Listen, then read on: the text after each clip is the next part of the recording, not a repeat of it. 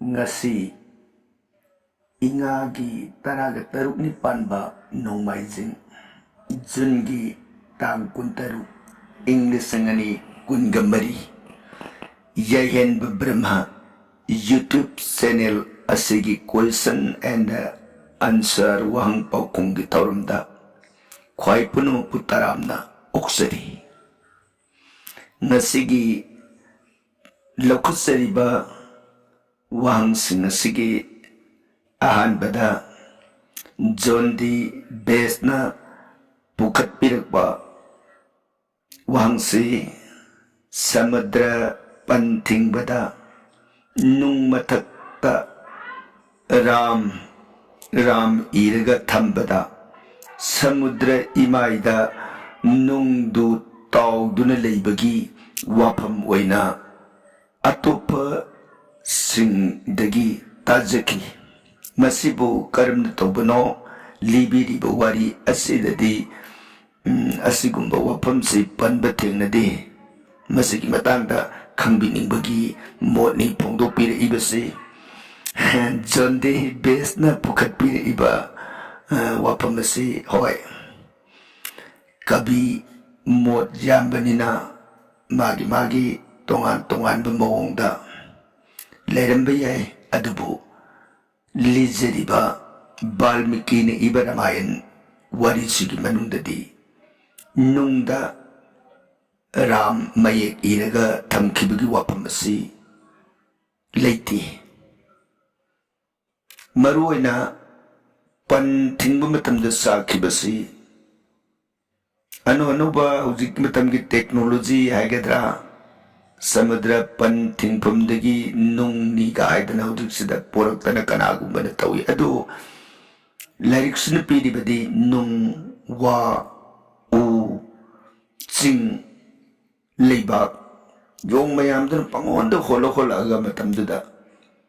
maduda taw khibagi pandamdi ram nam gi wafamdu nan wari marakta su panjakre Bisukarmagi masani pan nol na hekpai rupa pot kuding makasi ising da luparoi ising da dum taurani taubadana maram oiraga samudra pallado tingbada nol da asauba tawdang yahan khibani aduna ram nam iraga pan tingbagi wafamasi Balmiki Ramayanda leiti haina tamjage aduga ngasigi pukhatpiraiba wahang ngasigi anisuboina Gopinathna pukhatpirakpa wafamsina Sarasati imagi gunsu khara haibira haina takpirakpani hoi Sarasati imagi gunsi hayeng matang sabada hapnanaba honajage maruina Sarasati imagi mapung phaba warisi Brahmanda Puran amadi Skanda Puran gi manungda khara sandokna thamjarake chawrangna hujiki ningsingbirabanina Sarasati magi mapamda leiribasi gyan khonthok vidya amadi mahosagi khusem haibasi Sarasati magi gungi manung sali tasengna Sarasati magi gunsi leramdragadi jagasi amamba apangba mondrang amada loina leramgani sumoina thamjarage aduga ahum subada PS mangalna pukhatpiraiba wapamasna ramgi avatar ase masana ai laini isorni haiba khangdana miyoibagi mapok oina poklakhibani haina tajai adubu libiriba wari sidadi ramsi masana laini haina uhanlibasi kamdauribano haina pukhatpirakpa wahangni PS mangalna tanbiraiba wafamasi tasengna ramsi laini haina avatar lakhibani adubu laini haibadudi utlugi haina prithibisida lakhibadi nati laini haina उत्तबननि माने लाई की सक्तम ओइना लौददना मियोइबगी सक्तम ओइना पूरगा लाखिबसे मथक्तसु तमजखरे राम अते अते लेरिबा अवतार पुनमकसिंग असि हाइबदि नरसिंह अवतार की मतुंगदा लाखिबा पुनमकसिंग असि कनागुंबा भक्त अमना वैष्णव अमना माबु ईश्वरने हाइदना मागी मगुनसि सैतारकबा निक्सिंगकपसे नत्रिबा मखैदि ताइबंग मियोइबगी मतौगुमना अवा नुंगाई मायागी इपाक्षदा अदुमक लुप्तुना लेबा ओइबियो हाइदना ब्राह्मण की साबदुना मरम ओइदना मियोइबगी वाखंदा अदुमक लेंगदना लेई अदुबो मसाना तौर कर्म अदुगी मतुंगिना मसाददी नुंगददी ईश्वर की शक्ति दो अदुम ओइजबनिना मियोइबगी शक्ति दुना यारक्तब मतंगदा लाई की शक्ति दो अदुम फोंदोलप मतंगसु अदुम यावी तसेंगना मक्किदि लाइनी हाइना पृथ्वी सिदा उतलुगे हाइना रामदो अवतार लाखिबदि नत्ते हाइना थमजगे करिगुंबदा लाई ओइबगी वाफम ओइना खनबिदिबसि होय करिगुम मतंगदा याम मानबो ओइना लेगनी तसेंगबुकिदि मा लाइनी हाइना अवतार से लाखिब नत्ते हाइना थमजगे ताइनरकपदा मरिसुबु वहंग ओइना थंबिरेबसि दोरेन खुमनचाना पुखतपिरकपु वहंग वाफमनि वाफम असना रामायण वारी असि लोइरगा मसिगी मखा सिगी मसा ओइबा वारीदा महादेवा हनुमान मकरध्वजन सिंहबगी वारी सिंह खर संदोकना लिबीबा यागद्रा हाइना पुखतपिरकपा वाफमनि दोरेन कुमनचा पुखतपिरइबा वाफम असि खंजनजरे सोइदना हयेंग मागी matang sabada sandok na nabuhon sige maruina wari sige hena akupa khambi ningagadi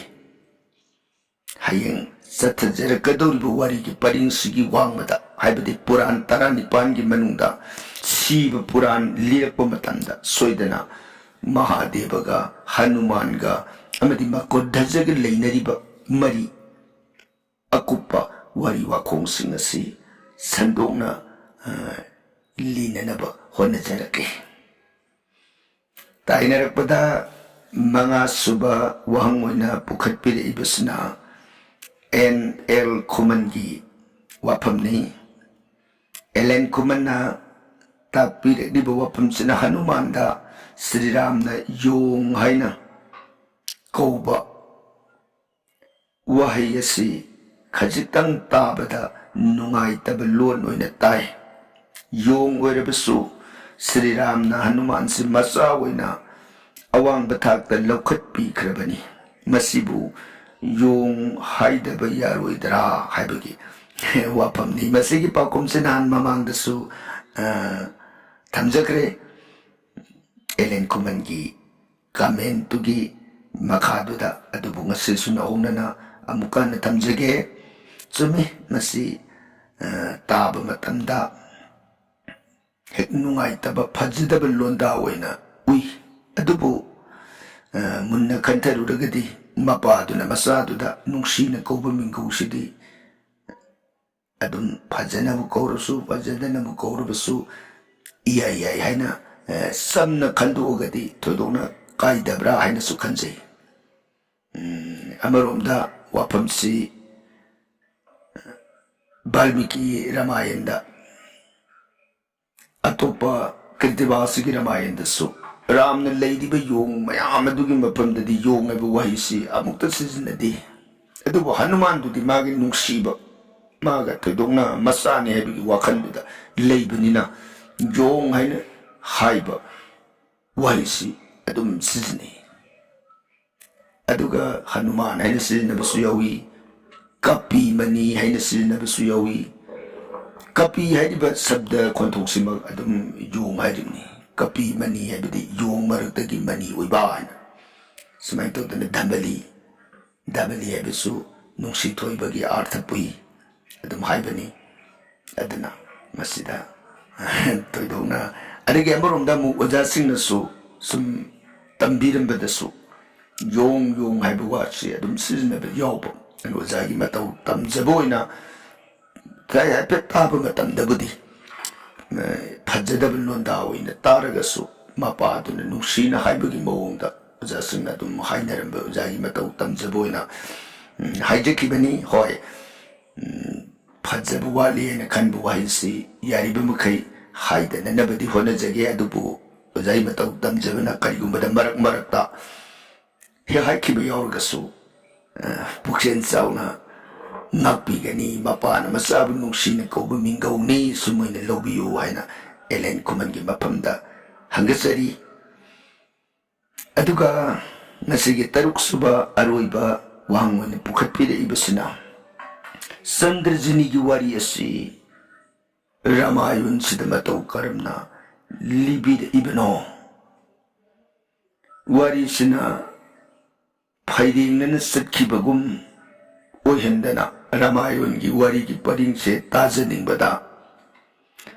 ꯑꯄꯟꯕꯒꯨꯝ ꯑꯣꯏꯍꯜꯂꯦ ꯌꯥꯔꯒꯗꯤ ꯆꯟꯗ꯭ꯔꯖꯤꯅꯤꯒꯤ ꯋꯥꯔꯤꯁꯤꯒꯤ ꯃꯍꯨꯠꯇ ꯔꯥꯃꯥꯌꯟ ꯋꯥꯔꯤ ꯃꯈꯥ ꯑꯣꯏꯅ ꯆꯠꯊꯕꯤꯔꯛꯎ ꯁꯨꯃꯥꯏꯅ ꯕꯣꯏꯅꯥꯎꯅ ꯄꯨꯈꯠꯄꯤꯔꯛꯏ ꯍꯣꯏ ꯕꯣꯏꯅꯥꯎꯒꯤ ꯋꯥꯐꯝꯁꯤ ꯆꯨꯝꯃꯤ ꯆꯟꯗ꯭ꯔꯖꯤꯅꯤꯒꯤ ꯋꯥꯔꯤ ꯑꯁꯤ ꯑꯣꯖꯥꯁꯤꯡꯒꯤ ꯊꯝꯕꯤꯔꯝꯕ ꯃꯣꯠ ꯍꯥꯏꯖꯕ ꯇꯥꯏ ꯑꯗꯨꯅ ꯑꯣꯖꯥꯒꯤ ꯒꯨꯟꯕꯨ ꯍꯦꯛ ꯍꯨꯟꯗꯣꯛꯄ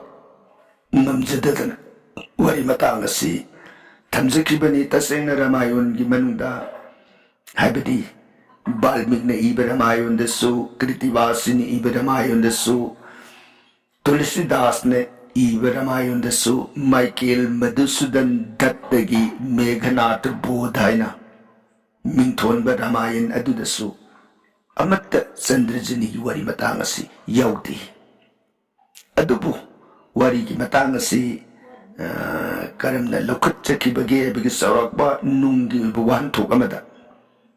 ꯃꯅꯤꯄꯨꯔꯁꯤꯗ ꯏꯍꯥꯟ ꯍꯥꯟꯕ ꯑꯣꯏꯅ ꯑꯁꯨꯝꯅ ꯋꯥꯔꯤ ꯂꯤꯕ ꯇꯥꯕ ꯍꯥꯏꯕ ꯅꯤꯌꯣꯝ ꯑꯁꯤ ꯍꯧꯈꯤꯕ ꯏꯪ ꯀꯨꯝꯖꯥ 1834 मणिपुरेश्वर श्रील श्रीजुक्त कार्ता महाराज भाग्यचंद्र महाराज न पालिनी की मतंदा अहान बोइना हौदोक पिरंबा अदुगुंबा वारी लीबा हाइबा कालागी नियम अमनी मसी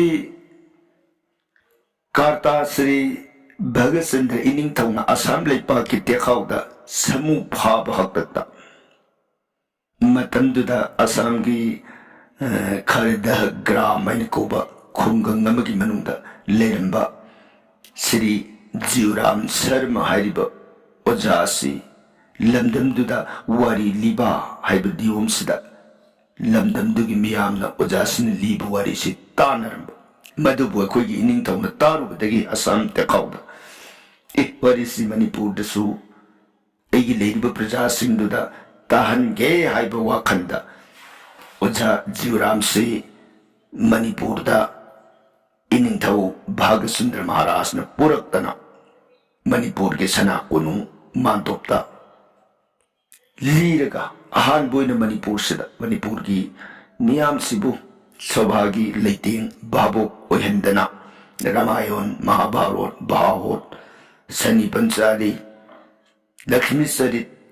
बायु पुराण सिंबा वारी मखन मखन सिंह से उजाना मणिपुर दा लाक्तुना लिबी खिबा मतमदुदा रामायण की वारी सी मतांग सिदा अंगदगा परस्तगानी की खुदांग पाइनरपुगी मतांग सिदा फजनी हाइना खनबदगी हापखिबरा नत्रगा उजाना लेतेंग लेचलमोइना मयाम की ताबिरिबा भाबोक सिंह की येंगगा हापखिबरा अदुमोइदना उजासना चंद्रजनी की वारी से लीबा हौदोक पिरमी हैदन ओजासिंगना मथंग मथंग तंबिरकपदा ओजासिगी मखादा मथंग मथंग सेबोक सका मयाम पुक्तलतना हौजिकसिदा ननाय अखोय पावगदा ओजाना अदुम से गुरु परंपरानी अन गुरु शिष्य परंपरा तमकबगी लीनरकबा वारी ओबना ꯋꯥꯔꯤꯁꯤꯁꯨ ꯁꯨꯝ ꯑꯣꯏꯅ ꯑꯩꯈꯣꯏꯁꯨ ꯂꯥꯏꯔꯤꯛꯇꯗꯤ ꯊꯦꯡꯅꯗꯦ, ꯂꯤꯕꯗꯤ ꯆꯤꯟꯊꯥꯡ ꯑꯣꯏꯅ ꯑꯣꯖꯥꯗꯒꯤ ꯁꯨꯝ ꯂꯤꯅꯔꯛꯏ ꯍꯥꯏꯗꯅ ꯇꯝꯕꯤꯔꯝꯕ ꯃꯇꯨꯡ ꯏꯟꯅ ꯋꯥꯐꯝꯁꯤ ꯑꯗꯨꯝꯗꯅ ꯑꯩꯈꯣꯏꯁꯨ ꯂꯤꯖꯕꯅꯤ꯫ ꯇꯁꯦꯡꯅ ꯃꯊꯛꯇ ꯍꯥꯏꯖꯈꯤꯕꯗꯨꯅꯤ, ꯑꯣꯖꯥꯁꯤꯡꯅꯁꯨ ꯌꯥꯏ ꯔꯥꯃꯥꯌꯟꯗ ꯆꯟꯗ꯭ꯔꯖꯤꯅꯤꯒꯤ ꯋꯥꯔꯤꯁꯤ ꯌꯥꯎꯗꯦ꯫ ꯃꯔꯝ ꯑꯗꯨꯅ ꯄꯨꯈꯠꯄꯤꯔꯛꯏꯕ ꯋꯥꯐꯝ ꯑꯁꯤ ꯋꯥꯔꯧꯕꯤꯕ ꯌꯥꯗꯦ, ꯔꯥꯃꯥꯌꯟꯒꯤ ꯃꯅꯨꯡꯗ ꯌꯥꯎꯗꯦ, ꯑꯗꯨꯕꯨ ꯑꯣꯖꯥꯁꯤꯡꯒꯤ ꯒꯨꯔꯨ ꯁꯤꯁ꯭ꯌ ꯄꯔꯝꯄꯔꯥꯒꯤ ꯅꯤꯌꯣꯝ ꯑꯗꯣ ꯉꯥꯛꯆꯕ ꯑꯣꯏꯅ ꯂꯤꯖꯈꯤꯕꯅꯤ꯫ ꯁꯨꯝ ꯑꯣꯏꯅ ꯊꯝꯖꯒꯦ, ꯊꯥꯒꯠꯆꯔꯤ꯫ ꯋꯥꯍꯪ ꯄꯨꯈꯠꯄꯤꯔꯛꯄ, ꯊꯝꯖꯔꯤꯕ ꯄꯥꯎꯈꯨꯝꯁꯤꯡ ꯑꯁꯤꯗ ꯄꯦꯟꯕꯤꯅꯅꯕ ꯍꯪꯒꯠꯆꯔꯤ꯫ ꯃꯇꯨꯡꯗꯁꯨ ꯀꯔꯤꯒꯨꯝꯕ ꯃꯇꯥꯡꯗ ꯈꯪꯕꯤꯅꯤꯡꯕ ꯅꯠꯇ꯭ꯔꯒ ꯆꯤꯡꯅꯕ ꯃꯇꯥꯡ ꯍꯦꯛ ꯂꯩꯔꯒꯁꯨ ꯋꯥꯍꯪ ꯄꯨꯈꯠꯄꯤꯔꯛꯎ, ꯑꯗꯣꯝꯕꯨ ꯇꯔꯥꯝꯅ ꯑꯣꯛꯆꯒꯅꯤ꯫ ꯈ꯭ꯋꯥꯏ ꯄꯨꯝꯅꯃꯛꯄꯨ ꯊꯥꯒꯠꯆꯔꯤ꯫